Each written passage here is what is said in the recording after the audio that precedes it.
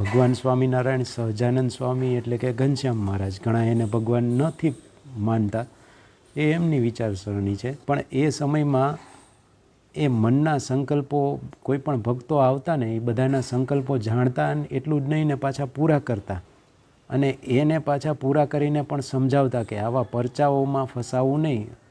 પરચા તો સમય આગળ વધશે એમ કોઈ પણ થોડી ઘણી સાધનાઓ કરે તો આ પરચાઓ આપી શકે, એનાથી કોઈને પ્રભુ માનવો નહીં.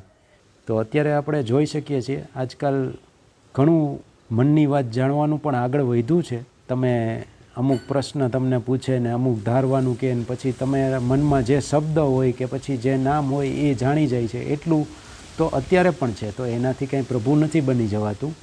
એ સમયમાં એને ચોખટ કરેલી હતી, અને આ તો એનાથી પણ આગળ ક્યાંયનું ક્યાંય જાણતા અને પાછા બીજાને પણ જણાવતા. મનના સંકલ્પો પોતે જાણતા એટલું જ નહોતું, બીજો કોઈ, ધારો કે કોઈ એક વ્યક્તિ આવ્યો છે અને કોઈ બીજો વ્યક્તિ આવ્યો છે, તો બીજા વ્યક્તિના સંકલ્પો પેલા વ્યક્તિ પાસે જણાવતા, એ જાણી જતો. પાછા બે અજાણ્યા હોય, પહેલી વખત આવતા હોય, એવું ન હોય કે આ, અને જાણવાવાળો પાછો અબૂધ હોય કે એટલું કંઈ ભણ્યોય ન હોય.